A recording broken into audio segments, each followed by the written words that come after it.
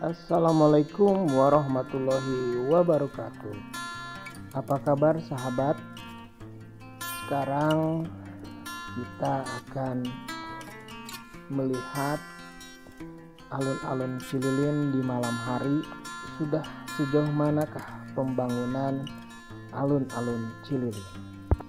Masyarakat sangat antusias menikmati suasana malam hari di alun-alun Cililin sambil bercengkrama bersama teman, sahabat, keluarga, karena di alun-alun Cililin sudah terbentang karpet sintetis yang menyerupai taman yang sangat digemari oleh semua kalangan, termasuk anak-anak sambil duduk-duduk, bermain, berlarian, karena sambil kita duduk ngopi, kita bisa melihat pemandangan jalan di sekitar alun-alun Cililin.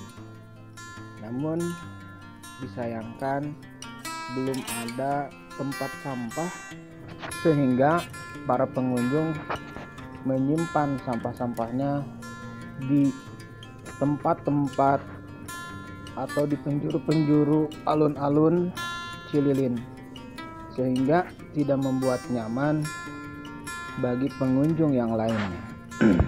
Mudah-mudahan ke depan alun-alun Cililin tertata seperti Masjid Agung Raya Kota Bandung yang selalu dijaga oleh penjaga khusus seperti Satpol PP yang menjaga ketertiban, keamanan, juga sekaligus kebersihan, serta memperdayakan sumber daya manusia untuk mengelola area parkir di alun-alun Cililin.